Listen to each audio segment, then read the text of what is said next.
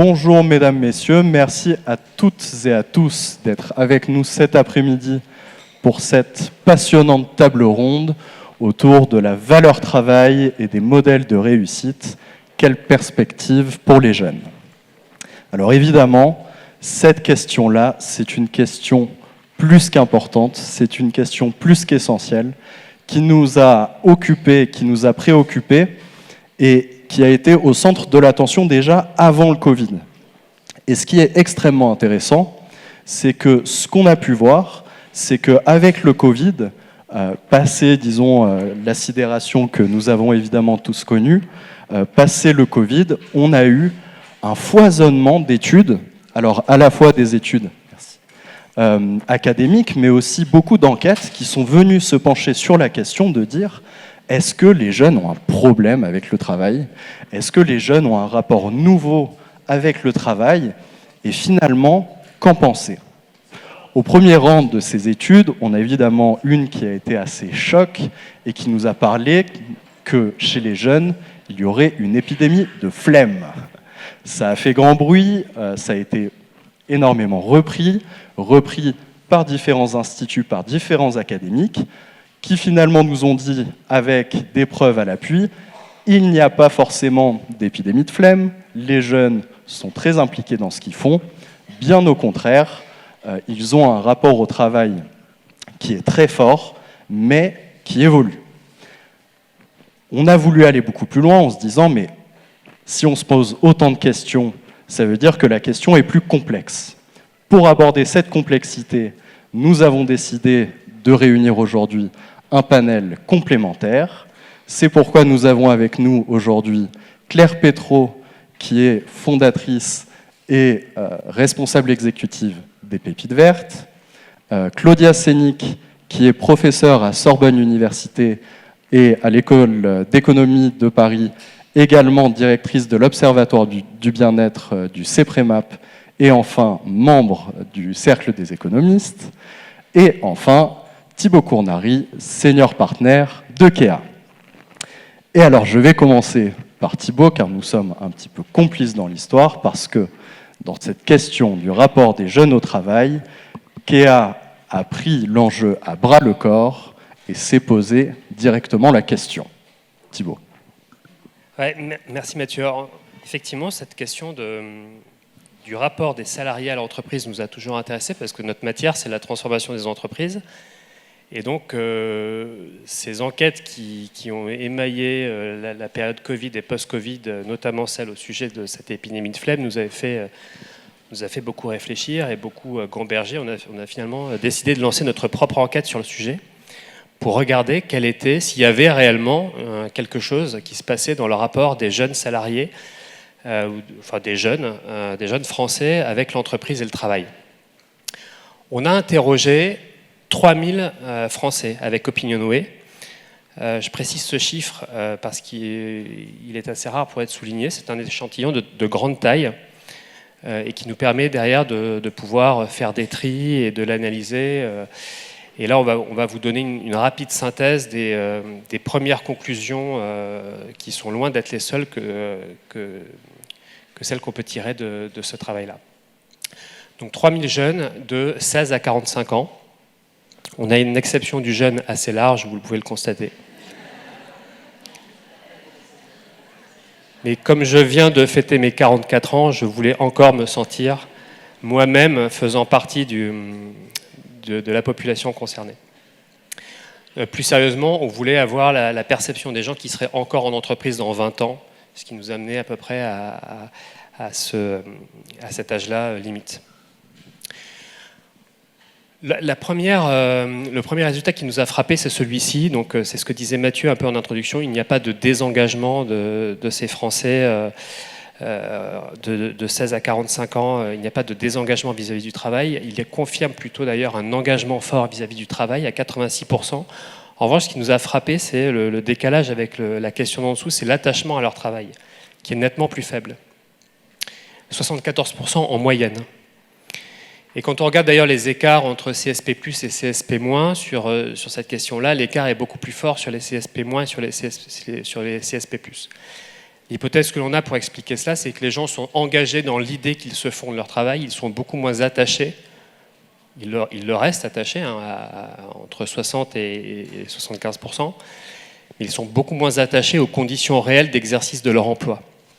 C'était quand même, ça reste la première information importante à diffuser, c'est qu'il n'y a pas de désengagement au travail. En revanche, il y a une relativisation de la place de l'entreprise dans les projets de vie des jeunes. On le voit sur 2 résultats de cette enquête, notamment sur la question de l'inspiration professionnelle. On leur a demandé qui les inspirait le plus en fait pour leur réussite professionnelle. Et en fait, les réponses qui arrivent en premier, c'est soit une personne de leur entourage, soit carrément personne. Et les personnes en lien avec le monde professionnel arrivent assez bas dans le classement, comme vous pouvez le constater. Et puis le deuxième indice qu'on avait, c'est, on leur a posé la question, c'est sur qui comptez-vous pour vous aider à réussir dans la vie? Et là encore, le monde de l'entreprise arrive assez bas dans le classement. Ils comptent quand même avant tout sur eux-mêmes, et un peu sur leur réseau familial, et puis ensuite leur réseau amical et social, et ensuite simplement on commence à voir apparaître l'univers de l'entreprise. Donc la place de l'entreprise, l'appui que ces jeunes peuvent prendre sur l'entreprise est très très relatif. Et ça c'est le premier résultat qui nous a interpellés. L'entreprise ne semble pas être ni un lieu d'entraide, ce n'est pas non plus un lieu d'inspiration, et ce n'est pas non plus un sujet attachant. Donc, par rapport à ça, nous travaillons au service de ces entreprises en tant que consultants, on a formulé 3 recommandations qui étaient notamment autour du lien et de la cohésion, en fait. Et Florent Ménégo en parlait ce matin dans sa conférence introductive. L'importance du lien, de la cohésion entre les salariés à l'intérieur de l'entreprise. L'entreprise, le travail, c'est une activité sociale, ça n'a jamais cessé de l'être. Et on dit, par rapport à cet éloignement, cette relativisation de la place de l'entreprise, il faut recréer du lien vertical, horizontal. Et puis évidemment, promouvoir aussi des pratiques de transformation qui sont favorables à l'émergence de ces liens. Voilà, sur le rythme de travail, sur l'intensification du travail dont parlait Florent Ménégo aussi ce matin, dont parle Dominique Méda dans le journal depuis hier soir également. Le deuxième grand chapitre, c'était le côté transactionnel du rapport de ces jeunes salariés à l'entreprise. À la question, parmi les critères de réussite professionnelle suivants, lesquels sont les plus importants pour vous, en premier, en deuxième, en troisième, voilà les réponses du sondage. Et je précise tout de suite qu'ils sont très similaires, là, quel que soit l'âge, quel que soit le CSP, quel que soit leur niveau leur appartenance sociale. C'est le salaire, l'équilibre vie pro, vie perso. C'est-à-dire des choses qui sont de l'ordre de l'intérêt personnel, en fait. Donc le travail, l'emploi, en tout cas, l'emploi se commoditise et devient en fait essentiellement une façon de gagner de l'argent et de ne pas trop perdre en confort. Donc tous les aspects symboliques, statutaires liés au travail, le fait d'être manager par exemple, arrivent beaucoup plus bas dans le classement, voire très bas dans le classement. Alors ça nous interpelle, mais en plus ça nous inquiète, parce que l'entreprise, c'est pas une plateforme où chacun vend de manière marchande sa force de travail en échange d'un salaire. C'est une aventure professionnelle commune, et c'est un lieu, encore une fois, de socialisation. Donc si on est là que pour échanger sa force de travail comme un salaire dans une logique marchande, on est loin, très loin de ce qui fait en fait le sel et la force et la capacité de différenciation d'une entreprise. Et du coup, on dit que par rapport à cette transactionnalisation du travail, il faut réactiver des communs. On en voit 3 en premier lieu dont il faut absolument s'occuper. C'est le métier en premier lieu. Le métier, c'est le commun d'une profession.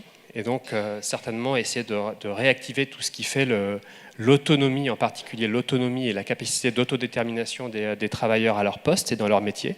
C'est le management. Le manager, c'est l'incarnation du commun, c'est celui qui s'occupe du commun de l'équipe, et donc c'est très interpellant et très inquiétant à notre sens que le fait de manager des gens ne soit pas un critère de réussite professionnelle pour les jeunes qu'on a interrogés. Et puis enfin, c'est la culture d'entreprise, qui est ce qu'on partage finalement de manière plus ou moins implicite avec l'ensemble de ses collègues. Dernier point, et j'en arrêterai là, promis, on a regardé cette fois-ci l'étude en creux, et non plus en bosse, parce qu'on s'est demandé où sont ces jeunes dont on entend parler dans la presse, où sont ces jeunes que Claire représente à cette table ronde, où sont ces jeunes qui se soulèvent contre l'absence de contribution environnementale et sociétale de leurs futurs employeurs. Où sont-ils? Combien sont-ils? Qui sont-ils? On a demandé, et OpinionWay a accepté de demander à son panel, entre un emploi qui vous promet plus de salaire et un emploi qui vous promet plus d'impact, lequel choisissez-vous? Plus de salaire, plus d'équilibre vie pro-vie perso, lequel choisissez-vous? Plus de salaire, nanana, et on a fait comme ça un match entre 6 critères de choix d'un emploi. Au global, sur l'ensemble du panel, le salaire l'emporte tout le temps, contre l'ensemble des 5 autres critères, systématiquement. Et en fait, il y a 17% du panel, 17%, qui choisiraient, si leur déclaration est exacte, qui choisiraient un emploi avec plus d'impact plutôt qu'un emploi avec plus de salaire. Ces 17%, il y a un vrai écart entre CSP+, et CSP-. Ils sont 12% chez les CSP-, 20% chez les CSP+. C'est plus facile de sauver le monde quand on est CSP+. C'est une évidence, mais ça valait le coup de le signaler. Et du coup, notre recommandation par rapport à ça, c'est de dire, ces gens-là, ils sont OK, ils ne sont pas nombreux, mais on ne fera pas les transitions. Ça, c'est un point de vue, en tout cas, c'est notre point de vue, on le partage. On ne fera pas les transitions qu'avec des gens qui viennent et qui privilégient le salaire à l'impact. Parce que simplement, faire les transitions, c'est prendre des risques, c'est accepter de perdre un peu pour éviter de perdre beaucoup plus tard. Et donc, c'est favoriser et c'est permettre à ces entrepreneurs d'impact, comme on les a appelés, de s'épanouir et de prendre des initiatives dans les entreprises. Voilà un peu ce qu'on voulait vous partager sur les résultats de cette enquête. Merci beaucoup Thibaut. Je me retourne maintenant vers Claudia Sénic. On a vu donc une étude très riche de résultats et d'enseignements. On a vu qu'il y a une question de lien, il y a des questions d'arbitrage. Quel est votre regard d'économiste déjà dans cette problématique générale du rapport des jeunes au travail et puis plus particulièrement sur ces questions-là du lien et du rapport au bien-être? Merci beaucoup.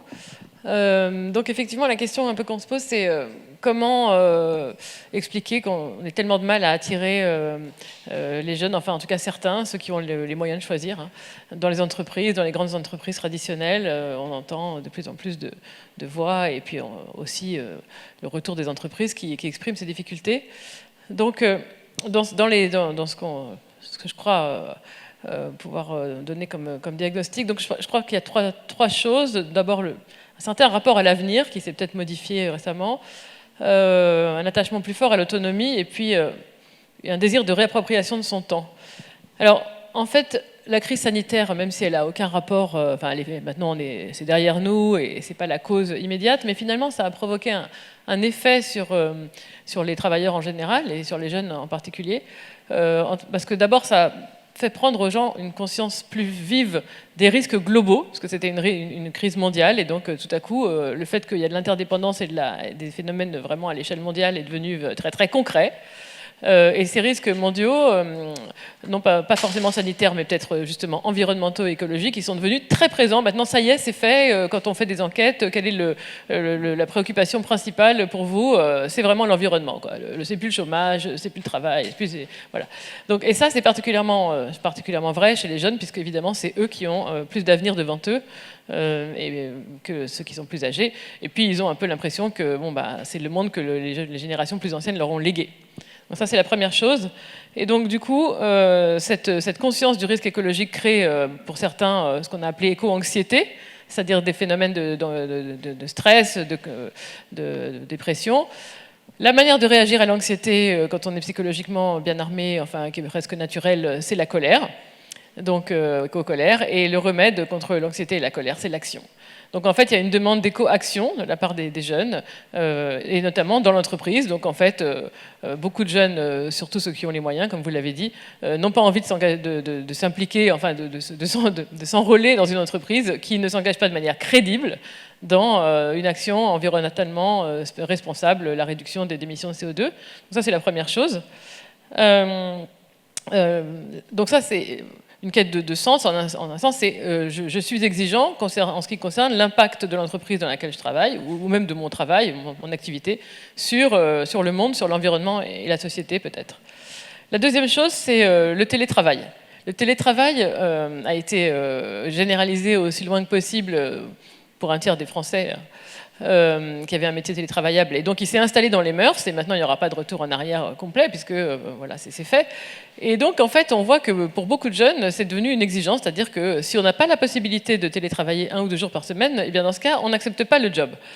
Donc qu'est-ce que ça reflète? Je crois que ça reflète une plus grande demande d'autonomie, d'auto-organisation, de flexibilité dans la manière d'organiser son temps.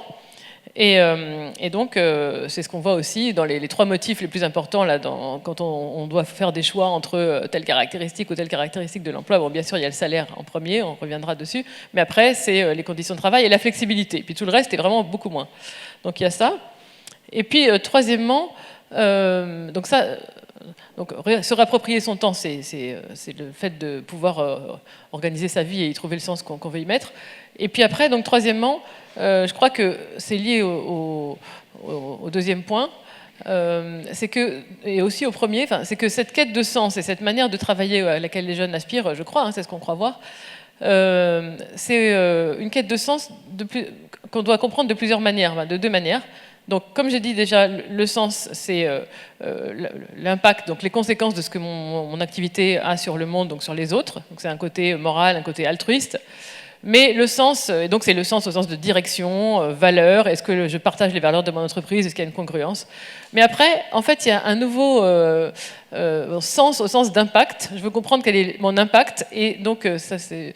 le mot impact, tel que je le comprends quand je l'entends dans la bouche des jeunes générations, notamment mes enfants par exemple, mais pas seulement, partout dans les enquêtes, c'est l'impact de ce que je fais.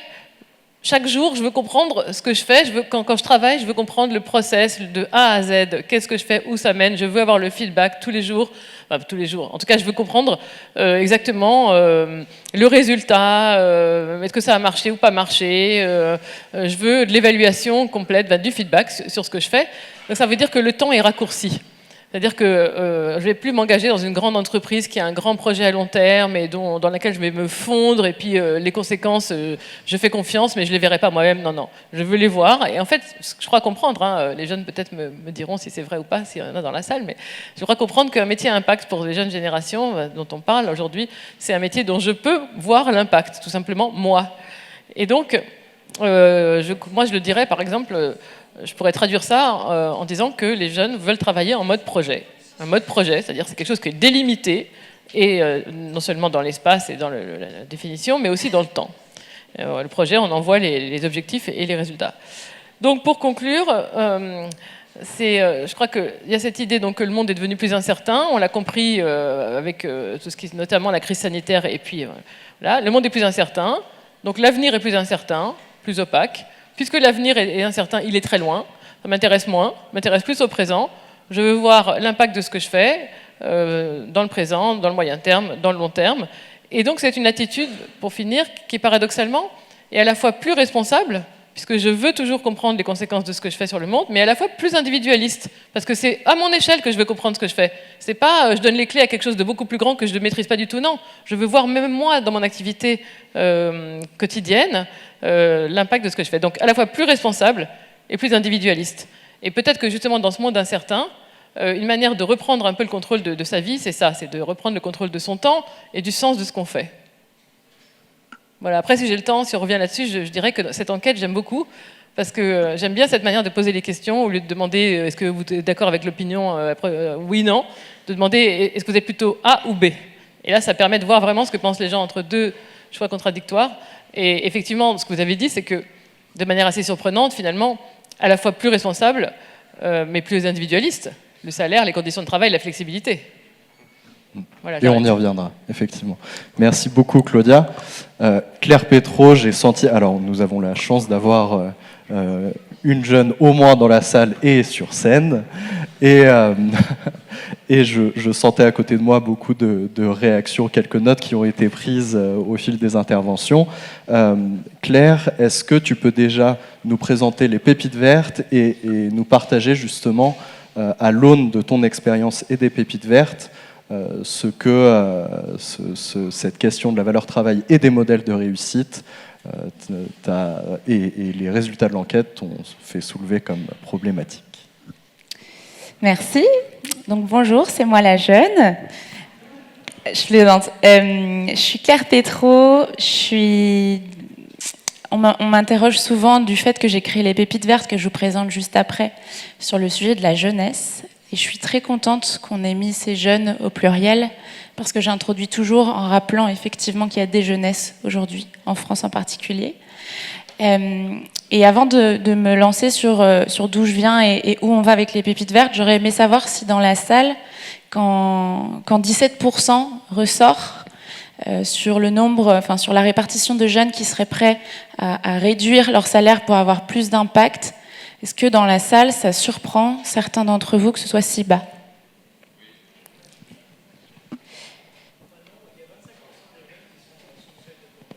Ouais. Moi, ça ne m'a pas surprise, parce que je vais reparler en mon jeu pendant toute cette petite intervention et rappeler que je ne suis pas du tout représentative de la jeunesse française. Je suis rentrée il y a exactement 10 ans dans cette salle Émile Boutmy pour faire mes études à Sciences Po. J'arrivais de Segré, une petite ville dans le Maine-et-Loire. J'étais très contente d'arriver et de monter à la capitale, comme on dit nous les provinciaux, et de faire mes études ici. Et j'étais persuadée pendant tout le long de mes études que mon job devrait avoir du sens. C'était très personnel, je suis fille de prof, petite fille d'agriculteur, donc pour moi c'était assez évident qu'il faudrait que ma carrière, et particulièrement mes études à Sciences Po, puissent servir le collectif. Pour autant, c'était en 2017 que j'ai commencé à vraiment me pencher sur le sujet, à être hyper consciente et inquiète de la réalité, notamment climatique. Et je voulais partager ça avec vous, c'est le fait que parmi les causes, je pense, qui font que cette jeunesse quand même globale est plus consciente, il y a l'accès à l'information via les réseaux sociaux et particulièrement via Instagram. Et ça, c'est quelque chose, la donnée sur la réalité scientifique, du consensus scientifique autour des problématiques des limites planétaires, c'est quelque chose dont on a eu accès. Pour autant, admettons 2017, j'ai accès, je comprends, j'ai peur. Il n'y a rien qui me raconte l'histoire du possible. Et donc, évidemment, je suis anxieuse. Et plein d'options s'offrent à moi, être en colère, fuir parce que je me dis que de toute façon ça sert à rien, ou alors trouver des pairs et passer à l'action. Mais c'est ça qui m'a choquée vraiment quand j'ai commencé à m'engager personnellement, du coup, dans tous mes stages pour accélérer la transition écologique, pendant mes césures et mes opportunités de stage à Sciences Po, c'est que j'étais la seule. Vraiment, j'étais un ovni. Les gens se disaient, c'est qui cette zadiste ? Pourtant, j'étais à Sciences Po, mais j'étais vraiment, on n'était pas nombreux. Et du coup, je me suis dit, c'est ça qui manque. Et c'est là que j'ai voulu créer les pépites vertes. Il nous manque des histoires à raconter. Il nous manque des personnes à mettre en lumière pour dire que c'est possible.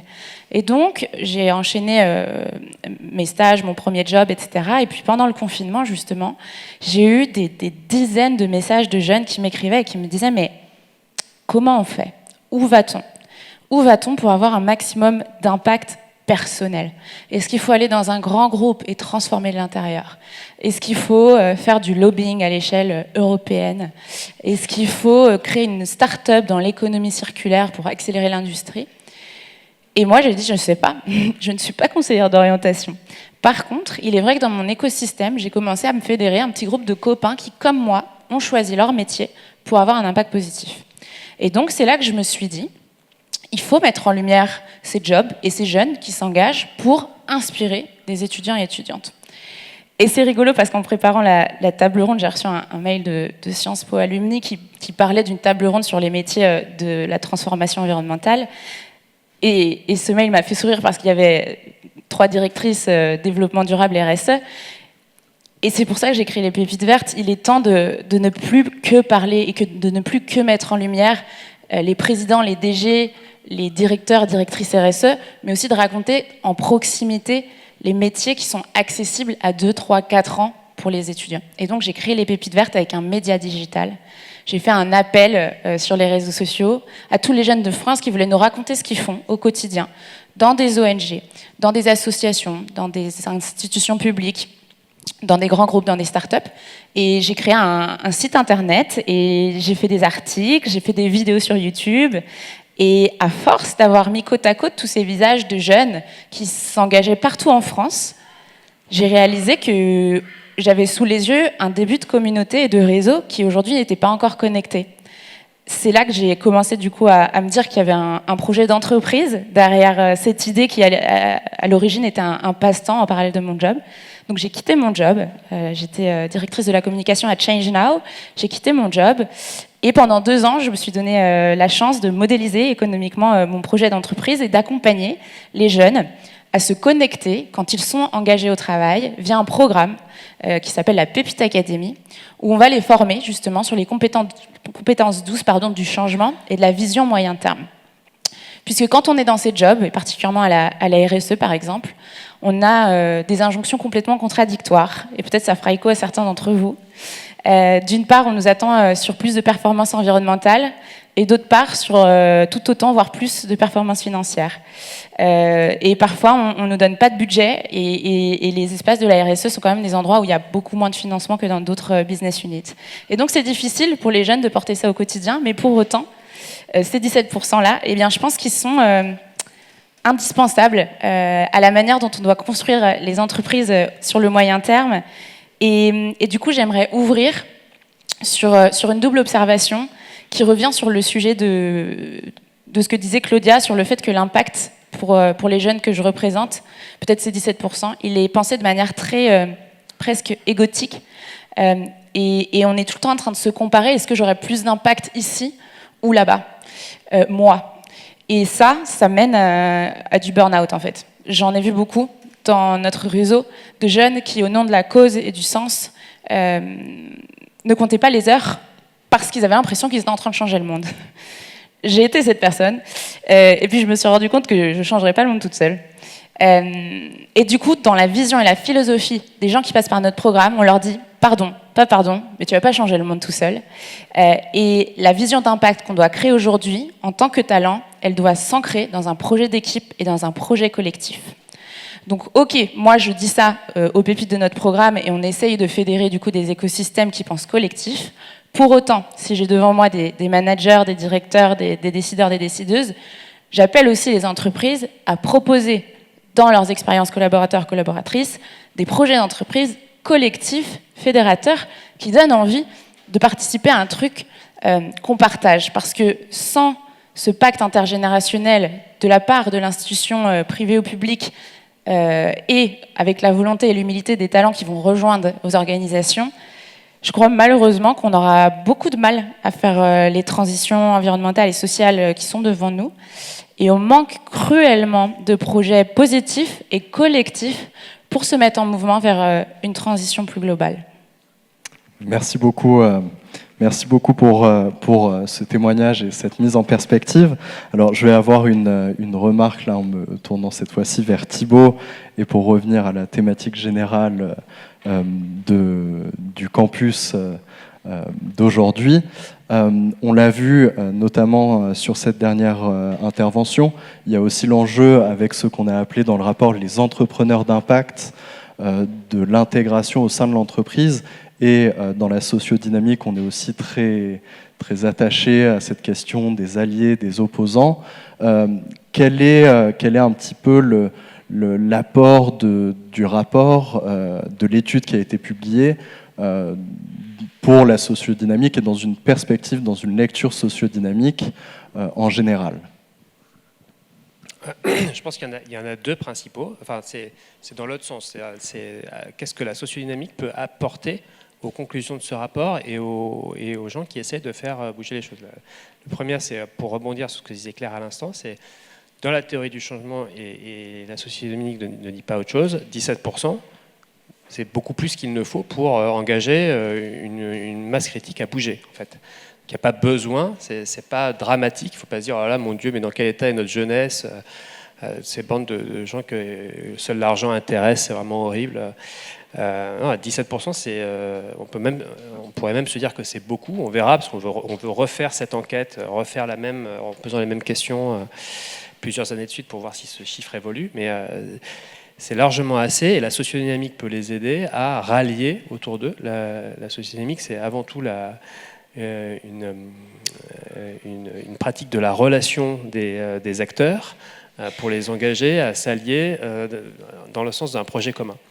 Puis ensuite, il y en a un deuxième, peut-être plus dans le détail de l'enquête, un deuxième rapport avec la sociodynamique, c'est autour de l'autonomie. Jean-Christian Fauvet, le fondateur de la sociodynamique, n'a eu de cesse toute sa carrière de prôner, de développer, de travailler autour de la question de l'autonomie, de l'autodétermination au travail. Il est l'un des grands inspirateurs de tout ce qu'on a appelé jusqu'à il y a 10 ans les entreprises libérées. Enfin, on les appelle toujours, enfin, disons que c'est un peu passé de mode, mais enfin, qui est très à l'origine de ces sujets-là. Et quand nous, on prône dans ce rapport, on met comme une recommandation de remettre le métier comme un commun à promouvoir dans l'entreprise, ça inclut le fait d'être autonome. Quand Claudia disait on veut voir l'impact au sens je veux voir à qui je suis utile, pas forcément à la planète entière, mais ne serait-ce qu'au service d'à côté, ou en tout cas je veux voir à quoi je sers en fait. Je veux voir à quoi je sers. Ça, c'est complètement dans le sens de ce que Jean-Christian Fauvet disait sur l'autonomie en fait. Merci beaucoup. Claudia, nous, il y a un autre aspect qui nous a profondément marqué dans cette étude, c'est effectivement le lien des Français à l'argent. Et là-dessus, qu'est-ce qu'on peut en dire ? Est-ce qu'il s'agit d'une exception française ? Est-ce que c'est quelque chose qui est assez partagé ? Qu'est-ce que les études qui sont menées sur le sujet nous apportent sur cette question ? Ah oui, c'est vrai qu'on peut peut-être faire un lien avec ça. Donc, il y a quelques années, j'avais découvert par hasard, d'abord, le fait que les Français se disent moins satisfaits de leur vie, dans des circonstances objectives identiques que d'autres pays européens. Donc, avec les mêmes conditions de vie, les Belges, s'ils étaient en France, seraient déjà sur une échelle de 0 à 10, ils seraient un échelon au-dessus, sans rien changer. Donc, la transformation des circonstances de vie en bonheur ressenti est un peu déficiente en France. Donc, il y a plein d'explications qu'on peut imaginer à ça, un certain rapport au passé et à l'avenir, notamment. Et ensuite, on a découvert, toujours avec étonnement, quelques années plus tard, avec mes collègues Yann Algan et Elisabeth Besselet, que quand on estime un peu la recette du bonheur des Français, c'est-à-dire l'équation de bonheur, donc on estime une équation économétrique, enfin on estime qu'est-ce qui contribue au fait que quelqu'un se dise plus ou moins heureux, et donc il y a on mesure tout ce qu'on peut mesurer, donc le revenu, la situation maritale, le fait d'avoir quel travail, est-ce qu'on a un travail ou pas, est-ce qu'on est salarié indépendant, enfin tout ce qu'on peut mesurer, et le revenu. Et donc, on regarde le poids de ces différents éléments dans la recette du bonheur typique des différents pays. Et donc, on a observé avec surprise que l'argent, enfin le revenu, pesait plus lourd dans l'équation de bonheur en France que dans les autres pays européens. Ce qui est assez étonnant, parce que la France est un pays qui pense être plutôt moins matérialiste, plus attaché à la culture, au symbolique, etc. Mais en fait, de fait, la satisfaction de vie des gens dépend beaucoup du revenu. Donc c'est peut-être un peu ce qu'on voit dans cette enquête, c'est qu'il y a une question quand même d'assurer un certain niveau de vie, parce que l'argent c'est quand même la liberté de choix, et aussi le fait de pouvoir parer aux chocs qui ne manqueront pas de se produire. Et peut-être qu'en France, on a l'impression qu'on a l'habitude on a construit un système social dans lequel l'État protège beaucoup en principe, et si on sent que les chocs qui se produisent sont maintenant tellement plus grands que les nations, les États n'ont plus vraiment la possibilité de protéger leurs citoyens, en France, c'est vrai partout en fait, mais en France, on en souffre particulièrement parce qu'on a l'habitude de s'en remettre plus à l'État et au système social. Et donc, c'est peut-être pour ça que l'argent a plus d'importance, parce que c'est une sorte d'amortisseur, en fait. On a besoin de compter sur ses propres moyens. Donc voilà, un long détour pour dire que je ne sais pas si on faisait cette enquête, si on conduisait la même enquête dans d'autres pays européens, est-ce qu'on obtiendrait le même résultat avec le salaire qui est le grand gagnant de toutes les caractéristiques proposées, mais peut-être à un moindre degré, je ne sais pas. De tous les arbitrages. on va s'appliquer à essayer de passer l'enquête sur tous les pays européens pour essayer de voir comment ça se déroule. Un autre des aspects qui nous a beaucoup attaché, c'était celui des modèles de réussite. Et justement, notre question, c'était de dire, on aimerait bien promouvoir le modèle des entrepreneurs d'impact comme un modèle de réussite au sein des entreprises pour pouvoir créer des effets d'entraînement, de transformation au sein des organisations. Question pour Claire Pétro, mais si nous promouvons les entrepreneurs d'impact comme modèle de réussite, quels sont les modèles de réussite des entrepreneurs d'impact eux-mêmes ? Ont-ils des modèles de réussite ? Je pense, donc moi j'ai fait un master communication média, et je pense vraiment que le rôle de l'industrie créative, de la culture, du cinéma, de Instagram, de la musique, fait partie des éléments de définition des rôles modèles et donc de la réussite. C'est la raison pour laquelle j'ai décidé de créer un média, de prendre la parole, de faire de l'événementiel, pour commencer à dessiner de nouveaux modèles de réussite. Et le modèle de réussite qu'on essaye d'affiner dans la philosophie Pépite Verte, c'est un modèle de réussite qui alterne en permanence entre le je et le nous. C'est-à-dire qu'il ne s'agit pas seulement d'avoir pour rôle modèle toutes les personnes qui se sont engagées pour les autres de manière complètement altruiste. Elles sont importantes. Mais il est aussi important, dans la manière d'être altruiste, de savoir prendre le temps de prendre soin de soi pour pouvoir prendre soin des autres. Et donc, personnellement, j'ai une communauté d'abonnés sur LinkedIn, sur Instagram, qui, je pense, me suit parce que je fais des allers-retours permanents entre le je et le soin que je donne à mon espace personnel, et ça rejoint, je pense, l'étude, sans jamais oublier que je le fais pour le nous. Et donc, par exemple, dans les grands rôles modèles que j'ai personnellement, ce sont des chanteuses. Par exemple, Juliette Armanet. Pourquoi ? Parce que ce sont des gens qui suivent leur voix et leur vocation et qui, pour autant, partagent leurs compétences et leur zone de génie avec d'autres. Donc moi, j'essaye un peu d'aller chercher dans la culture mainstream différents types de rôles modèles pour imaginer un nouveau leadership qui, je pense, aujourd'hui n'existe pas vraiment et qui fait du bien à avoir au sein de notre communauté, parce que du coup, ce sont 250 jeunes salariés de la transition écologique qui sont passés par notre programme, des jeunes qui travaillent à l'ADEME, par exemple, dans des grands groupes, dans des startups, et qui, à leur manière, je crois, créent des modèles de réussite. Et nous, on les coach, on les forme, on les met en lumière, on les pousse sur des événements pour qu'ils inspirent d'autres jeunes à nous suivre dans ce nouveau leadership.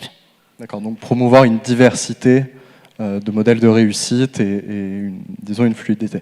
Je vais me tourner peut-être vers la salle et regarder un petit peu si vous avez déjà des premières questions ou des premières réactions. Moi, j'en aurais une série toujours vis-à-vis des intervenants. On a vu, parmi les résultats un peu plus détaillés, qu'il y avait aussi potentiellement une réflexion sur les formes de travail et notamment sur la question de dire est-ce qu'il faut être enfermé dans un schéma homogène autour de, par exemple, du format du salariat, qui est une des questions sur lesquelles on avait interrogé notre panel. Là-dessus, Thibaut, on a eu des résultats qui nous ont un petit peu étonnés. Quelles sont les nouvelles formes de travail ? Vers quoi s'oriente-t-on ? Et dans cette appréhension d'essayer de retisser des liens entre les attentes des jeunes et ce que peuvent apporter les entreprises, que peut-on dire ? Ce que dit l'enquête là-dedans, dans les résultats détaillés, c'est que les jeunes, dans leur très grande majorité, disent que le salariat c'est très important et ça a beaucoup d'avenir, mais que pour autant c'est un modèle de collaboration dépassée avec l'entreprise. Donc c'est assez contradictoire et je pense qu'il faut encore qu'on creuse dans les résultats de l'enquête, voire avec des questions complémentaires pour arriver à y voir plus clair sur ce qu'ils ont à nous dire autour de cette question du mode de collaboration du salariat en fait. Et ce qui est sûr, c'est ce que je disais tout à l'heure, si on veut inventer des nouveaux modèles de réussite, on ne le fera pas sans essayer d'autres formes de travail mixte en dehors d'un modèle de CDI temps plein où finalement on est enfermé dans un système où on donne sa force de travail contre de l'argent. Parce que dans ces cas-là, une lecture au premier degré des résultats de l'enquête par un DRH lambda pourrait lui faire dire finalement ce qu'ils veulent c'est de l'argent et donc ce que nous on doit faire c'est de produire de l'argent pour les payer et puis les rémunérer et voilà et basta et tout le monde serait content. Et s'enfermer dans une relation à l'argent, comme soulignait Claudia. Et effectivement, sur cette, peut-être Claudia, sur cette forme plurielle de l'emploi comme un facteur à la fois non seulement qui procure un salaire, mais qui est aussi un statut social. Est-ce que là-dessus, on a aussi un petit peu plus d'aspects, d'approfondissement ? Alors, sur le bien-être au travail, par exemple, qu'est-ce que les salariés ou les travailleurs peuvent retirer comme satisfaction ou comme bonheur dans le travail? En fait, il y a beaucoup de recherches en économie, en sciences sociales. Donc, qu'est-ce qui compte, en fait, dans le bien-être au travail? J'ai écrit un petit bouquin aux presses de Sciences Po, justement, en 2021, je crois. Donc, les grandes catégories, premièrement, sentiment d'autonomie. Est-ce que je peux m'organiser comme je veux? Est-ce que je suis dans une unité qui n'est pas trop grande? Est-ce que la chaîne hiérarchique n'est pas trop longue? Est-ce qu'on ne me demande pas de faire des choses sans me donner les moyens? Est-ce que je n'ai pas d'injonction contradictoire? Bon, voilà. Deuxièmement, inclusion sociale, enfin on pourrait appeler ça capital social, c'est-à-dire l'ensemble les relations que j'ai avec mes collègues. Est-ce que je peux compter sur eux? Est-ce qu'il y a des systèmes d'échanges multilatéraux? Est-ce qu'on se connaît? Est-ce qu'on se coordonne facilement, de manière implicite, parce qu'on sait comment ça marche? Et c'est un capital parce que le capital, c'est quelque chose dans lequel on investit, ça prend du temps et au bout d'un certain temps, il y a un rendement. Donc il faut passer du temps ensemble, il faut en avoir un avenir. J'insiste toujours sur cette notion du temps. Et le rendement, c'est justement, premièrement, la confiance, deuxièmement, la connaissance mutuelle qui fait qu'on réagit, enfin, on se coordonne facilement. Donc c'était les relations sociales. Ensuite, les perspectives de progression.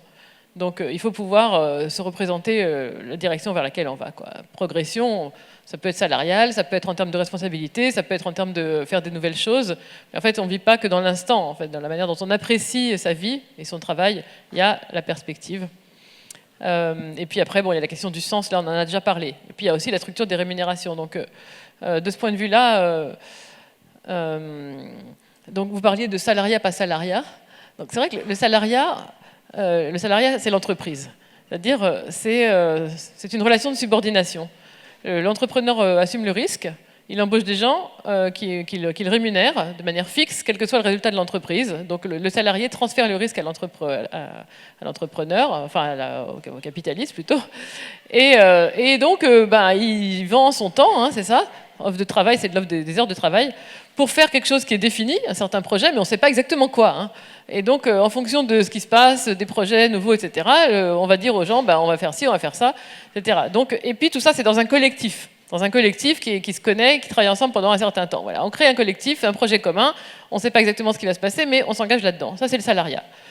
Alors, à l'inverse, par exemple, les plateformes, c'est le contraire. C'est j'ai besoin de quelqu'un qui me rend un service, je le trouve, on fait un contrat de prestation de service, la personne rend le service, on le paye, la relation est finie. D'accord ? Ça, c'est les deux pôles. Donc, est-ce que les jeunes d'aujourd'hui ont envie d'être dans le salariat ? Alors, en fait, je pense que là, vous avez raison de dire qu'il y a pas mal d'hétérogénéité, c'est-à-dire les gens ne sont pas tous pareils. Et si on revient au télétravail, par exemple, c'est vrai que la majorité des gens veulent avoir au moins 1 ou 2 jours de télétravail par semaine pour mieux s'organiser, etc. Mais ils veulent quand même aller dans l'entreprise certains jours. Pourquoi ? Pour retrouver justement ce collectif, ce projet commun, les relations avec les autres, le sentiment d'inclusion sociale. Moi, je me demande en fait si cette forme hybride, on appelle ça hybride, parce que c'est un peu travail à distance, un peu travail sur site. Donc c'est un peu salariat et un peu mode plateforme en fait. C'est-à-dire salariat, c'est quand je suis dans la boîte, et plateforme ou entrepreneur ou indépendant, c'est quand je suis chez moi. Parce que vraiment, quand je suis chez moi, je ne suis pas dans le collectif. Enfin, on peut toujours parler à ses collègues par Zoom, mais bon, c'est pas pareil. Donc ce mode hybride, ça semble être le modèle vers lequel on s'achemine, pour répondre à votre question. Ça serait une sorte d'optimum au sens des économistes. L'optimum, c'est toujours entre deux objectifs ou deux états contradictoires. Où est-ce que je mets le curseur ? Donc ça semble être la solution optimale. Moi, je me demande, en fait, si c'est un équilibre stable. Parce que si je vais dans l'entreprise pour retrouver mes collègues, parce qu'il y a des idées qui s'échangent, il y a des projets qui se nouent et c'est sympa, si le jour où j'y vais, il n'y a personne, où il n'y a pas grand monde, où il n'y a pas les gens que j'espère voir, au bout d'un moment, je ne vais plus y aller.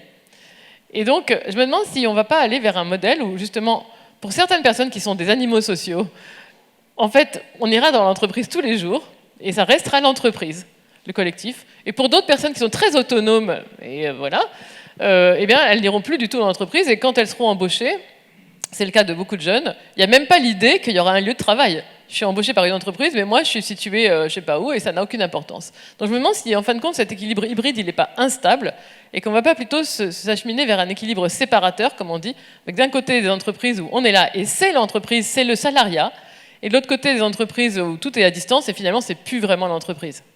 Voilà ma longue réponse. Une nouvelle forme d'organisation, justement, claire. Plateforme, les pépites vertes. Plateforme, salariat, hybride, équilibre optimum, conjoncturel. Je vois deux choses à vous partager de mon endroit d'observatrice. Le premier, c'est que pour la génération de jeunes diplômés qui sortent de grandes écoles, en ce moment, il y a quand même un grand enchantement autour de la création d'entreprises et de l'entrepreneuriat. Je l'ai observé. Si tu n'as pas créé ta boîte à 30 ans, tu as raté ta vie. Et moi, je me suis dit, c'est pas possible. Tu as donc réussi ta vie. Non, c'est pas possible de naviguer dans cet imaginaire dominant-là, et il faut raconter les opportunités qui existent en tant que salarié. Donc c'est bien pour ça que j'ai créé un média qui donne la parole aux salariés. Ça donne des choses assez rigolotes quand des CEO m'écrivent pour me parler de leur projet, que je leur dis pas de souci, donne-moi le contact de ton junior. Et donc ça, c'est important pour moi, je pense, et vous, en tant qu'employeur, de raconter l'expérience collaborateur et salariale. Et de la réenchanter. Et je pense particulièrement à un défi sur lequel je me concentre en ce moment, qui est celui du sujet de l'industrie et de la réindustrialisation. Je pense qu'il y aura des très belles carrières pour les ingénieurs, par exemple, à rejoindre des TPE et des PME qui vont bosser pour réindustrialiser et décarboner. Bon, je pense que ça, c'est le rôle collectif de raconter cette histoire du salariat comme partie prenante d'un projet de société. Donc ça, c'est dans l'imaginaire. Deuxième chose, côté entreprise, je vois vraiment énormément de salariés qui, en interne, tentent de pousser des sujets d'impact social et environnemental, disent « Hello, est-ce que je peux être mis dans mon plan de charge sur des sujets liés à la RSE ou à la transition écologique, parce que c'est important pour moi ?» Et on leur répond non. Et ils partent. Et je les vois. Et donc ça, j'aimerais vraiment partager le point de vigilance. Ces personnes-là sont des potentiels leaders de changement. Et je trouve ça très dommage de voir pas mal de mes collègues là, partir parce qu'on n'a pas écouté leur volonté d'impulser de l'intérieur. Et de fait, qui restera ? S'il reste que les gens qui restent pour le salaire, qui seront les leaders de la transformation des transformations si on ne garde pas en interne celles et ceux qui veulent pousser et bouger les lignes. Donc ça, c'est un petit point d'observation que je voulais partager sur ce sujet du salariat. Thibaut, je te vois acquiescer. J'acquiesce parce que ça me fait penser à ce que nous raconte François Julien, le philosophe sinologue, voilà, avec qui on aime bien travailler chez CAS. Ça fait longtemps qu'on travaille avec lui. Il nous a appris beaucoup de choses en matière de transformation, notamment sur le fait de respecter ce qu'il appelle ses potentiels de situation, c'est-à-dire qu'il y a en puissance dans l'organisation des gens qui ont envie de faire des choses. Et la question de la transformation, c'est est-ce qu'on active ces potentiels ou est-ce qu'on les tue, ou est-ce qu'on les laisse inertes et finalement ils n'éclosent jamais. Et c'est ça. Et donc là, on travaille encore avec lui en ce moment sur... parce qu'il est très actif en ce moment autour du sujet de la décoïncidence, ce qu'il appelle la décoïncidence. Je ne vais pas me lancer là-dedans à 15h35, parce que, et puis j'en serais bien incapable en plus. Mais donc c'est le fait justement de laisser se faire des petits décalages des routines installées ou des choses, comment il appelle ça, des évidences installées dans les organisations. Et si on ne laisse pas, si on ne crée pas les conditions pour que ces petits décalages se fassent, en fait, il ne se passera jamais rien. En fait. Donc c'est à partir de ces petites décoïncidences, à partir de ces petits potentiels de situation, que l'on laisse émerger ou pas, qu'on arrive à entraîner des grandes transformations. Merci beaucoup. Je me tourne vers la salle. Est-ce qu'il y a des questions dans la salle ? Alors, je vois 2 questions, 2 mains qui se lèvent, 3 peut-être.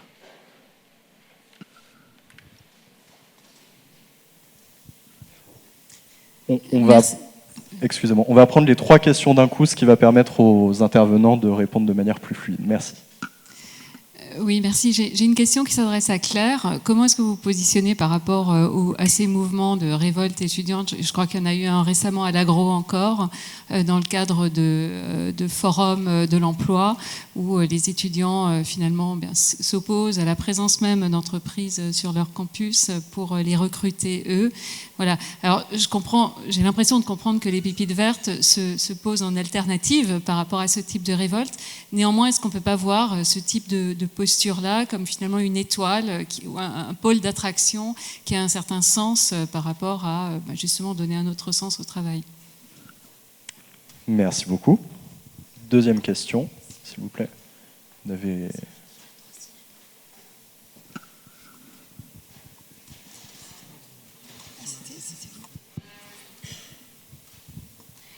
Oui, merci. Par rapport à l'étude donc, qui parle d'un constat plus individualiste et plus transactionnel par rapport au travail, à quel élément de comparaison on se fie pour être sûr qu'il y a 25 ou 30 ans, on n'était pas déjà dans ce genre d'observation ? Excellente question, merci beaucoup. La question d'un senior par rapport à une junior, Claire, comment on fait... Ces pépites vertes sont tous des jeunes, je crois. Et là, la réaction des entreprises qu'on voit qui sont négatives, comment est-ce qu'on peut vraiment faciliter l'appropriation par l'ensemble des collaborateurs, à commencer par les dirigeants, de cette question, je veux dire, au-delà du discours ? Est-ce que les pépites sont suffisantes ? Comment faire pour que ça diffuse vraiment ? Merci beaucoup pour ces 3 questions. Alors, je vais donner mon micro à Claire, vu qu'il y a eu plusieurs questions directement adressées. Merci pour ces questions et pour votre intérêt. Sur la première question, je pense que les pépites vertes n'ont pas vocation à exister si les mouvements activistes, comme pour un réveil écologique et d'autres, ne prennent pas cet espace-là à une échelle, à un autre endroit de l'échelle de l'activisme. Nous, on est là effectivement pour reprendre les balles. J'étais jeudi au forum des étudiants des arts et métiers, puisque c'est mon sujet l'industrie en ce moment et que mon bras droit est des arts et métiers. J'étais contente aussi de permettre à ces forums d'avoir quand même des gens qui portent la voix de ce qui est possible de faire et pas seulement de ce qu'il ne faut pas faire. Et je pense que les deux sont indispensables et on se connaît bien les uns les autres et on essaye d'avancer vers le même cap, mais pas avec les mêmes méthodes. Et sur la deuxième question... Depuis un an, là, on est très souvent, les Pépites Vertes et le collectif de jeunes fédérés invités. On s'est notamment rencontrés d'ailleurs avec EA aux rencontres économiques d'Aix pour aller à la rencontre des dirigeants et des ministres, poser nos questions. Non pas dire, mais poser les questions. Et je pense que la justesse de la place de la jeunesse maintenant, c'est pas de dire bonjour, voilà la feuille de route carbone, qu'attendez-vous, mais plutôt voilà les questions qu'on se pose, qu'on vous pose. Qu'est-ce qu'on fait ensemble ? Et donc, ce n'est pas de notre responsabilité d'aller former tous les patrons du CAC 40, mais c'est la responsabilité de d'autres organisations qui existent, comme par exemple la Convention des entreprises pour le climat, qui fédère à l'échelle nationale un grand nombre d'entrepreneurs et de chefs d'entreprise, et qui collectivement s'engagent à se mettre en action. Et je pense que c'est les pairs qui auront beaucoup plus de valeur que moi et mon pulvère pour aller convaincre, parce que parce que c'est pas le but de convaincre. Le but, c'est de raconter une vision, de dessiner un scénario. Mais ceux qui peuvent vraiment se convaincre et se motiver à passer à l'action, je pense que c'est les pairs qui disent « moi j'ai déjà fait ça, moi à Camif, j'ai déjà fait ça, en tant qu'entreprise à mission, j'ai déjà fait ça, pourquoi pas toi ?» Et pour les autres questions, je peux passer la parole. Sur l'évolution au long cours, les enquêtes... Bon, cette enquête ici est spécialement centrée sur les jeunes, mais sinon, sur l'importance du travail dans la vie. En fait, j'ai regardé dans toutes les enquêtes qui ont été menées de temps en temps, il y avait histoire de vie, etc. Ça ne bouge pas énormément, en fait. L'importance du travail est toujours là. Il y a toujours une majorité de gens qui disent que le travail est important ou très important, 2/3 des gens. Donc, par contre, ce n'est pas l'importance du travail qui change, c'est plutôt les modalités du travail désirées. Et là, moi, je fais l'hypothèse d'un choc de préférence, comme on dit, c'est-à-dire que vraiment, peut-être à la suite du Covid, ou en tout cas à cause de la prise de conscience du risque écologique, notamment, et donc de cet horizon temporel qui se raccourcit, ou qui s'obscurcit, ou qui s'opacifie plutôt, voilà. Il y a des exigences nouvelles et plus fortes qui se font jour. Donc, voilà. Donc, d'une part, les jeunes sont en situation d'exiger davantage de choses. Tout le monde a toujours voulu l'autonomie, le sens, etc. Tout le monde a toujours voulu ça. Peut-être que maintenant, ils sont davantage en situation de l'exiger parce que finalement, comme c'est un mouvement général, le pouvoir de négociation change. Et les entreprises sont obligées de concéder ou de mettre ça en œuvre pour pouvoir recruter et retenir les salariés. Et d'autre part, oui, je pense qu'il y a quand même un changement dans le niveau d'exigence. Et je vais me permettre de compléter la question, effectivement, vu qu'elle était aussi directement adressée à l'enquête. Dans notre enquête, pour être exact, on ne dit pas forcément que le rapport est directement plus individualiste. On dit qu'il est directement individualiste, tout simplement parce qu'on a 66% des répondants, des jeunes, qui nous disent qu'ils ont ce rapport-là où ils comptent d'abord et avant tout sur eux-mêmes pour leur réussite professionnelle. Donc c'est un état de fait, et effectivement, vu qu'on est à la première vague d'une enquête, on ne peut pas directement comparer à des résultats antécédents par rapport à notre échantillon, ce qui serait l'optimum en termes, disons, académiques.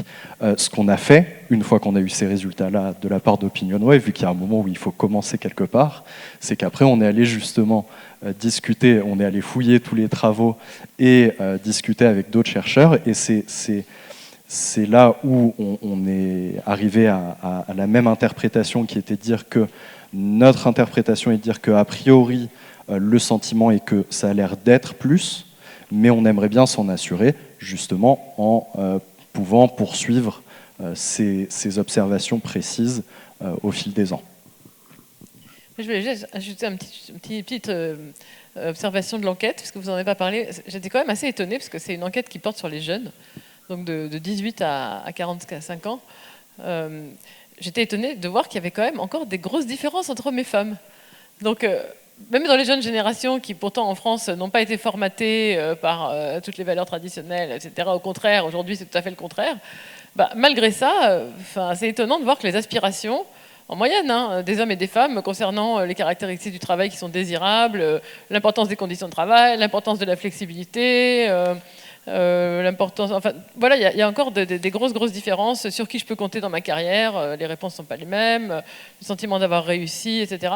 Donc, c'est intéressant. Donc, je ne dis pas quelle est la conclusion qu'il faut en tirer. La conclusion, c'est pas forcément que les femmes n'ont pas fini de converger vers le modèle masculin, il faudrait peut-être qu'elles accélèrent. Non, c'est pas forcément ça. C'est peut-être que finalement, même des femmes tout à fait modernes, élevées dans des valeurs et un discours et un narratif tout à fait égalitaire et féministe, c'est le cas aujourd'hui, finalement, elles ont quand même un peu des désirs un petit peu différents, et où le travail est important, mais doit pouvoir se concilier avec la vie personnelle. C'est parce que c'est surtout ça qu'on voit. Et donc, peut-être que ça suggère, mais c'est ouvert, que c'est plutôt le contraire, c'est plutôt elles qui fixent l'horizon. Ou alors peut-être que tout simplement, il y a des choses différentes et elles resteront différentes. Thibaut. Mais comme je disais tout à l'heure, je pense qu'on est loin d'avoir exploité tout ce qu'on pouvait faire dire à cette enquête.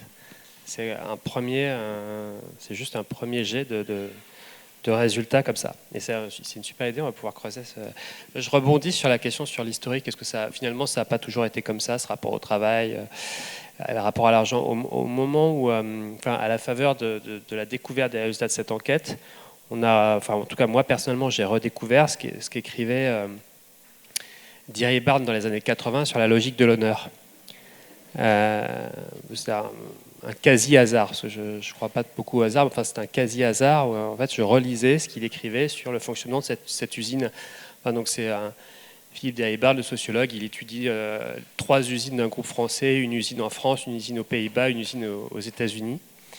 Et je relisais en particulier ce qu'il écrivait sur le fonctionnement de cette usine française. D'ailleurs, on a pris appui sur ses écrits pour écrire la conclusion de l'enquête. Le travail, très vraisemblablement, moi j'étais tout juste né, très vraisemblablement, à cette époque-là, le travail, en tout cas dans ce qu'a observé Philippe Thierry-Bard, fonctionnait de façon très différente chez les Français que ce qu'ils nous disent dans l'enquête actuellement. Et c'est pour ça qu'on se dit, tiens, est-ce que finalement, il n'y a pas, dans ce décalage entre les modes de management d'aujourd'hui et ceux qui étaient à l'œuvre visiblement dans les années 80 dans cette usine, est-ce que dans ce passage d'un management de cette époque-là à aujourd'hui, une forme d'explication de ce désenchantement des Français dans leur rapport au travail? En tout cas, ça mériterait d'être creusé. Bien, sur ces sages paroles, je vais en profiter pour conclure cette table ronde, remercier évidemment chaleureusement les intervenants, ainsi que l'organisation du campus de l'innovation managériale. Merci beaucoup.